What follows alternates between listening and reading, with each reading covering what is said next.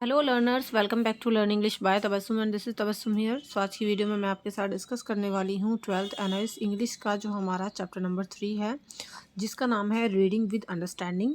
तो उससे जो आपके पैसेजेस पूछे जाते हैं एग्जाम के पॉइंट ऑफ व्यू से जो इंपॉर्टेंट है वो विद क्वेश्चन एंड आंसर्स मैं आपके साथ यहाँ पर डिस्कस करने वाली हूँ।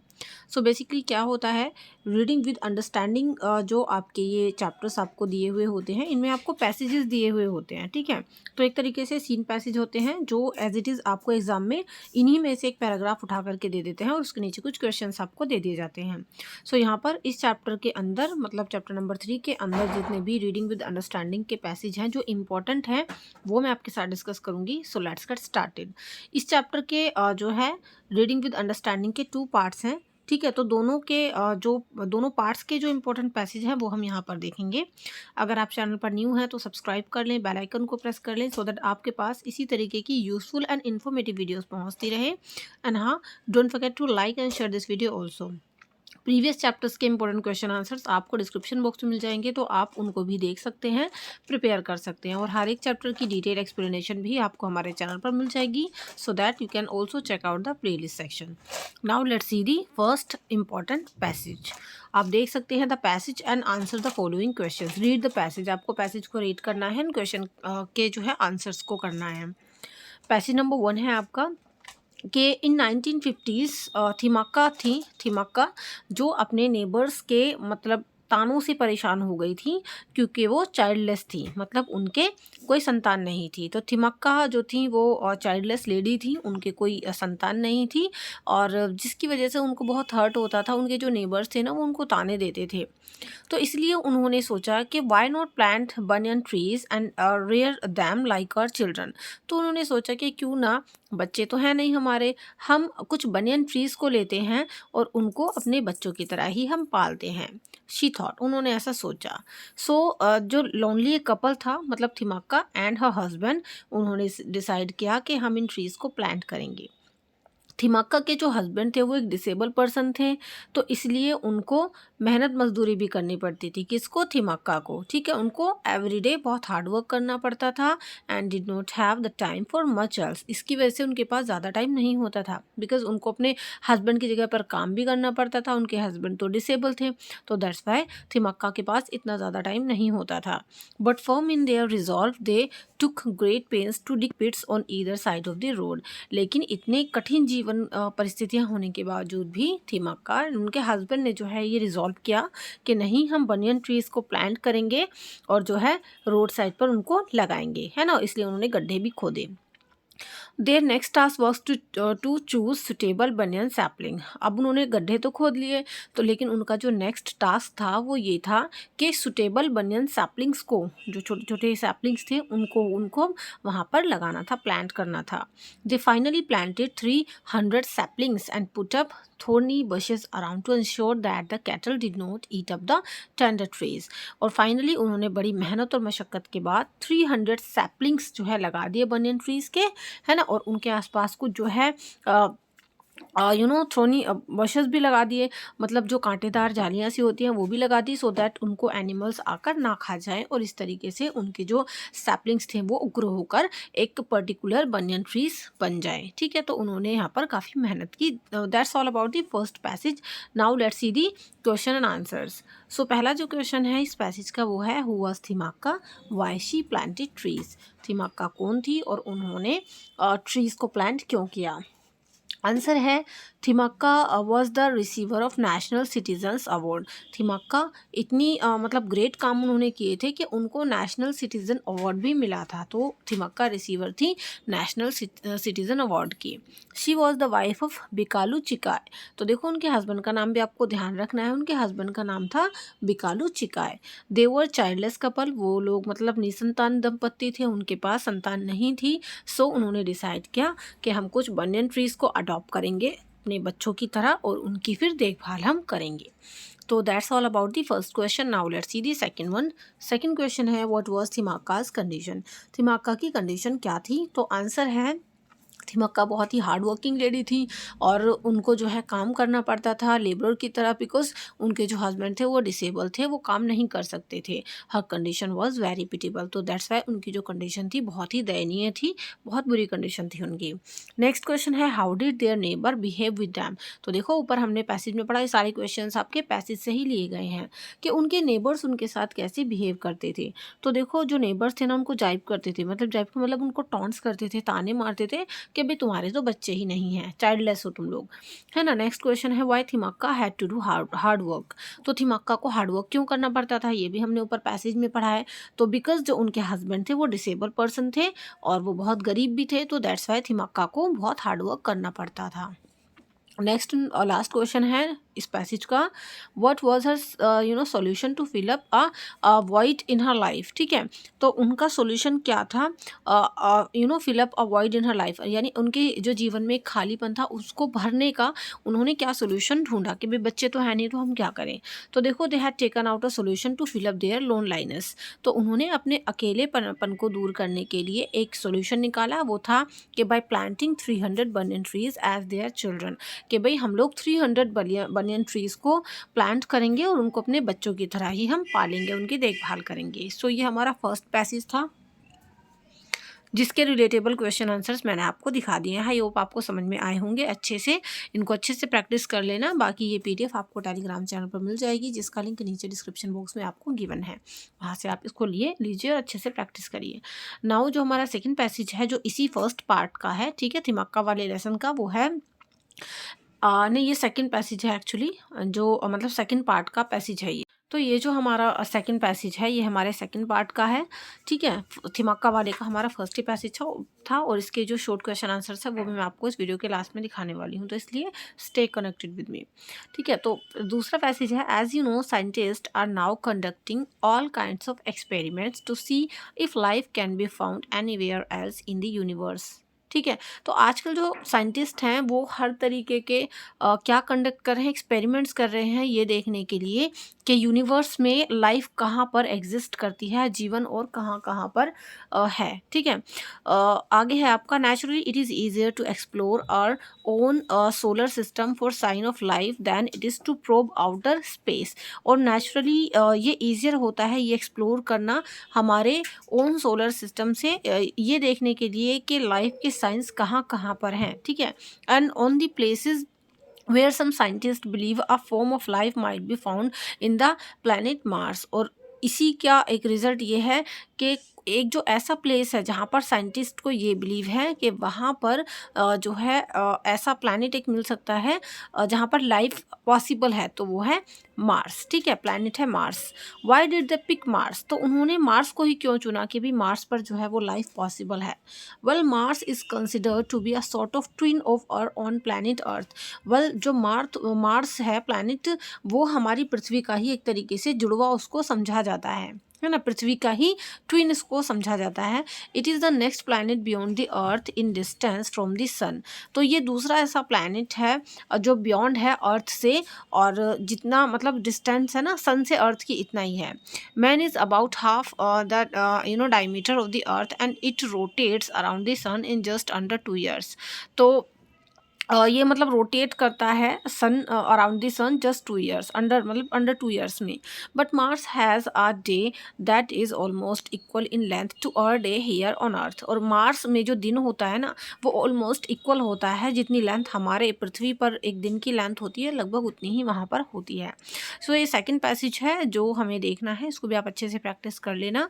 और इसके जो रिलेटेबल क्वेश्चंस हैं वो हैं, पहला है why do the scientist conducting different types of experiments, यानी जो साइंटिस्ट हैं वो क्यों कंडक्ट कर रहे हैं डिफरेंट टाइप्स के एक्सपेरिमेंट्स को। आंसर है इसका, scientist are conducting all kinds of experiments to see if life can be found anywhere else in the universe.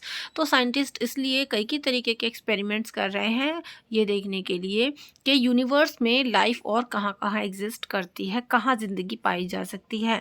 Next question है what is easier to explore, यानी explore करने के लिए क्या चीज़ ईजी है। तो देखो it is easier to explore over on all over on solar system. तो ये एक्सप्लोर करना इजी होता है अपने खुद के सोलर सिस्टम नेक्स्ट क्वेश्चन है where do the scientist find another living worth planet, यानी साइंटिस्ट को कहाँ मिलता है एक दूसरा ऐसा प्लैनेट जहाँ पर जिंदगी जो है पॉसिबल है, जो वर्थ लिविंग प्लैनेट है, लिविंग वर्थ प्लैनेट है। ठीक है, नेक्स्ट क्वेश्चन आंसर है इसका साइंटिस्ट फाउंड मार्स। तो देखो मार्स जो है ना, मार्स को पृथ्वी का ट्विन एक तरीके से समझा जाता है और उस पर जिंदगी पॉसिबल है ऐसा माना जाता है। नेक्स्ट क्वेश्चन है why do the scientist pick the Mars for living. तो साइंटिस्ट ने मार्स को ही क्यों चुना कि भी वहाँ पर लिविंग पॉसिबल है। तो आंसर है scientist found Mars as for a living due to its certain features. तो साइंटिस्ट ने मार्स को ही एक ऐसा प्लैनेट पाया जो लिविंग है, क्योंकि उसके कुछ सर्टेन फीचर्स हैं जो आइडेंटिफाई करते हैं कि जैसा कि अर्थ पर लाइफ हमारी चल रही है ऐसा ही मार्स पर भी जो है लाइफ पॉसिबल है। और यहाँ के जो सीजन्स हैं और वहाँ के जो सीजन्स हैं ना मार्स के, मतलब सर्दी गर्मी वगैरह, वो भी अर्थ की तरह ही हैं और वहाँ पर जो डे है वो भी लगभग उतनी ही लेंथ का है जितना कि यहाँ अर्थ पर है। लास्ट क्वेश्चन है what is the diameter of Mars. तो मार्स का डायमीटर क्या है। तो Mars is about half the diameter of the अर्थ। तो देखो मार्स हाफ द डायमीटर है ऑफ द अर्थ का। सो ये हमने ये वाला पैसेज भी देख लिया है। Now let's see the third passage जो कि अगेन आपका इम्पॉर्टेंट है from the point of view of exam, तो इसको भी आप प्रिपेयर कर लेना। एस्ट्रोनॉमर ये भी बिलीव करते हैं that there is at least a small amount of water vapour the atmosphere of Mars. तो एस्ट्रोनॉमर्स को ये भी बिलीव है कि वहाँ पर भी एक स्मॉल अमाउंट है वाटर वेपर का और वहाँ का जो एटमॉस्फेयर है मार्स का वो भी ऐसा ही है। And this would helpful in supporting life, और इससे क्या होगा कि लाइफ को सपोर्ट मिलेगा। Then too in 1887 an Italian astronomer Giovanni reported seeing marking on the surface of Mars that resemble canals, है ना। तो वहाँ पर 1887 में एक इटालियन एस्ट्रोनॉमर गए थे जिन्होंने ये रिपोर्ट किया कि मार्स के सरफेस पर जो है कुछ कैनल जैसा उनको दिखा। Could these have been built by Martians in order carry water from the polar regions to the desert areas? और ये ऐसा माना जाता है कि क्या ये जो है जो मार्टियंस होते हैं वहाँ पर बिल्ड कर सकते हैं और वाटर को कैरी करने के लिए पोलर रीजन्स, ताकि वो डिज़र्ट एरिया तक पहुँच जाए। साइंटिस्ट को ये चीज़ बहुत ही अजीब लगी, वंडर्ड हुए वो इस पे। सो अभी इसके क्वेश्चंस देख लेते हैं। Which astronomer did the marks of canals. तो कौन से एस्ट्रोनॉमर ने जो है सी मतलब देखे जो कैनल्स के मार्क्स थे वहाँ पर वो। तो देखो इटालियन एस्ट्रोनॉमर थे जियोवानी सॉ, उन्होंने मार्क्स की कैनल्स मतलब कैनल्स के मार्क्स वहाँ पर देखे। नेक्स्ट है question what did astronomers believe about the Mars, यानी एस्ट्रोनॉमर्स को क्या बिलीव है मार्स के बारे में। तो आंसर है एस्ट्रोनॉमर्स बिलीव करते हैं that there is a small amount of water vapours, यानी वाटर जो है कम मात्रा में यहाँ पर वाटर वेपर्स है वहाँ के एटमॉस्फेयर पर। कहाँ के एटमॉस्फेयर में, मार्स के। नेक्स्ट क्वेश्चन है why could Martians have done with canals. कि उन मार्डियंस ने, मार्स के लोगों ने जो है कैनल्स के साथ क्या किया होगा। सो आंसर है कि canals could have been use to carry water, कि उन कैनल्स का यूज़ किया गया होगा वाटर को कैरी करने के लिए फ्रॉम द पोल रीजन से टू द डेजर्ट एरिया की तरफ उन मार्टिशंस के द्वारा। ठीक है, नेक्स्ट क्वेश्चन है when did Italian astronomy go to Mars. कि वो इटालियन एस्ट्रोनॉमर जो थे वो एस्ट्रोनॉमर जो थे वो मार्स पर कब गए। तो इसका आंसर है ही वेंट टू मार्स इन 1887। ठीक है, अभी हमने इसके क्वेश्चन आंसर्स देख लिए हैं। Now let's see the chapter के जो हमारे 30 to 40 वर्ड लिमिट वाले क्वेश्चन आंसर्स हैं वो भी हम देखेंगे, इनको भी आप प्रिपेयर कर लेना। क्वेश्चन है पहला हमारा what precautions did Thimmakka take to protect the plants, यानी कौन कौन से प्रिकॉशंस लिए थिमाक्का ने उन प्लांट्स को प्रोटेक्ट करने के लिए। उन्होंने बनियन सैपलिंग्स जो थे उनको प्लांट कर दिया, बट कौन कौन सी सावधानियां बरती उनको प्रोटेक्ट करने के लिए। तो आंसर है थिमाक्का ने बहुत ही ग्रेट पेन सहे उन यंग प्लांट्स को जो है प्रोटेक्ट करने के लिए, ताकि उनको कैटल ना खा जाए, है ना। तो इसलिए उन्होंने जो बशेज़ होती हैं, जो थॉर्नी बशेज़ मतलब कांटेदार जो झाड़ियाँ होती हैं ना, वो उन सैपलिंग्स के चारों तरफ लगा दी ताकि वो प्रोटेक्ट हो जाएं। नेक्स्ट है why did Thimmakka get the national citizen award from prime minister, यानी थिमक्का को नेशनल सिटीज़न अवार्ड क्यों मिला, प्राइम मिनिस्टर के द्वारा। तो आंसर है Thimmakka got national citizen award from prime minister for social social forestry. तो सोशल फॉरेस्ट्री उन्होंने की, समाज के लिए उन्होंने पेड़ लगाए, इसलिए उनको नेशनल सिटीजन अवार्ड मिला। कहाँ से? प्राइम मिनिस्टर के द्वारा। नेक्स्ट हमारा क्वेश्चन है वो है what feeling did the grown up plants give to the childless couple. यानी वो जो बढ़ रहे थे पेड़, वो जो प्लांट्स बढ़ रहे थे, बड़े होते हुए प्लांट्स जो थे, उन्होंने उन चाइल्डलेस कपल को क्या फीलिंग दी? तो आंसर है थिमक्का और उनके जो हस्बैंड थे वो चाइल्डलेस कपल थे, उनके बच्चे नहीं थे, और जो उनके नीबर्स थे वो उनको जाइप्स किया करते थे, ताने मारते थे उनके चाइल्डलेस होने पर। तो उन्होंने डिसाइड किया कि भाई वो कुछ बनियन के जो सैपलिंग्स हैं उनको अडॉप्ट करेंगे, उनको ग्रो करेंगे, बड़े बड़े ट्रीज बना देंगे, है ना। They got a feeling of great fulfilment on seeing the grown up plants. और उन्होंने इन बढ़ते हुए बनियन ट्रीज़ को देख करके ना ऐसी एक सेटिस्फैक्शन फील की, फुलफिलमेंट फील की अपनी लाइफ में कि भाई हाँ हमारे भी बच्चे हैं, है ना, in the form of banyan saplings. Next question है हु वॉज थिमक्काज लाइफ, है ना, हाउ वॉज थिमक्काज लाइफ, सॉरी, कि थिमक्का की लाइफ कैसी थी, what did she do while caring for trees. और उन्होंने क्या किया, क्या करती थी वो जब वो उन ट्रीज़ को केयर करती थी। या फिर इस क्वेश्चन को ऐसे भी पूछ सकते हैं कि थिमक्का ने कौन कौन सी डिफ़िकल्टीज फेस की जब उन ट्रीज़ को वो ग्रो कर रही थी। तो आंसर है थिमक्का एक ऐसी लाइफ लीड कर रही थी जो कि फुल ऑफ केयर्स थी, केयर से भरी हुई थी। केयर किसकी कर रही थी? वो सैपलिंग्स की कर रही थी, बनियन ट्रीज़ के जो बनने वाले थे, और डिफ़िकल्टीज से भरी हुई उनकी लाइफ थी। उनके हस्बैंड जो थे वो एक डिसेबल पर्सन थे और वो तो कुछ कर नहीं सकते थे, तो that's why she had to do as a labour. तो इसलिए थिमक्का को ही मेहनत मजदूरी करनी पड़ती थी। For childlessness she planted some banyan trees. और क्योंकि बच्चे नहीं थे तो उन्होंने कुछ बनियन ट्रीज प्लांट करने का सोचा, डिसाइड किया। She had to face many difficulties while caring the trees. लेकिन उन्हें जब वो उन ट्रीज़ को केयर कर रही थी तो बहुत सारी डिफ़िकल्टीज़ फेस करनी पड़ी। She had to fetch water from a distance for trees. और इसलिए वो काफ़ी दूरी से जा कर के, एक डिस्टेंस पर जा कर के वहाँ से पानी लाया करती थी और उन ट्रीज़ को वो दिया करती थी। She had to put thorny bushes to protect them from animals. और इसलिए उन्होंने उनके चारों तरफ कुछ कांटेदार झाड़ियाँ लगा दी ताकि उनको एनिमल्स से बचाया जा सके। तो that's all about the question number 4। Now let's see the final question which is question number 5। Again this is very important, है ना, इसको भी आप प्रिपेयर करके रखना। ये क्वेश्चन है how do the scientist find a life on Mars. के जो साइंटिस्ट थे, ये सेकंड जो हमारा पैसेज है, सेकंड जो पार्ट है उससे लिया गया है वाला क्वेश्चन, के साइंटिस्ट ने मार्स पर लाइफ किस तरीके से देखी, या फिर how can we say that there is a life on Mars. यानी हम कैसे कह सकते हैं कि मार्स पर लाइफ है, प्लैनेट है मार्स और उस पर लाइफ है। तो आंसर है कि कुछ साइंटिस्ट को ये बिलीव है कि जो मार्स प्लैनेट है वहाँ पर भी लाइफ है। एस्ट्रोनॉमर्स ने ये नोटिस किया कि वहाँ पर सर्टन ऐसी थिंग्स हैं जो इंडिकेट करती हैं कि मार्स पर जीवन मौजूद है। Such as Mars has seasons like Earth. पहली चीज़ तो ये कि मार्स पर भी सीजन्स हैं, मतलब जो अलग अलग मौसम होते हैं ना, जैसे कि हमारी अर्थ पर हैं, तो मार्स पर भी वो हैं। As the season change the Mars the colour of surface also get change from bluish green to yellow. और जैसे जैसे मार्स पर सीजन चेंज होता है तो वहाँ की सरफेस का कलर भी चेंज होता रहता है, ब्लूइश ग्रीन टू येलो होता है। इट कुड बी वेजिटेशन, और ये वेजिटेशन के संकेत भी हो सकते हैं। They also believe that there is also water vapour presents in atmosphere. और ऐसा माना जाता है कि वहाँ के वातावरण में जलवाष्प भी पाया जाता है। ठीक है, तो ये हमारे जितने भी इस लेसन के, दैट मीन्स चैप्टर नंबर 3 जिसका नाम है रीडिंग विद अंडरस्टैंडिंग, इसमें से जो आपके सीन पैसेजेस पूछे जाएंगे, मैंने सारे इंपॉर्टेंट सीन पैसेजेस भी आपको बता दिए हैं, साथ ही साथ इसके 30 to 40 वर्ड्स वाले क्वेश्चन आंसर्स भी आपके साथ डिस्कस कर लिए हैं। आई होप आपको समझ में आए होंगे अच्छे से। If you need PDF of this video so you can also join my Telegram channel, जिसका लिंक डिस्क्रिप्शन बॉक्स में आपको मिल जाएगा, वहाँ से आप इसकी PDF को ले सकते हैं।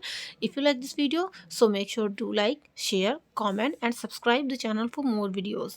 Subscribe let, that means learn English by Tabassum, and previous video lectures के लिए description box check out कर सकते हैं। If you have another subjects like Hindi, data entry, painting, home science, social science, तो इन सभी के लिए you can check out my another channel which name is Pi Study Circle, जहाँ पर आपको all subjects पढ़ाया जाता है बिल्कुल free of cost. And for your courses, online classes के लिए आप हमारे ऐप को डाउनलोड कर सकते हैं which name is PSC Pi Study Circle। तो इन दोनों के लिंक आपको डिस्क्रिप्शन बॉक्स में मिल जाएंगे। ऐप को डाउनलोड करके भी रखो और साथ ही साथ दूसरे चैनल को विजिट करो, जहाँ पर आपको all the latest updates, informative videos, everything आपको वहाँ पर मिलता है। तो चलिए, do like like, share, comment and subscribe. See you in the next video. Till then, be a learner and learn English. Thank you and goodbye.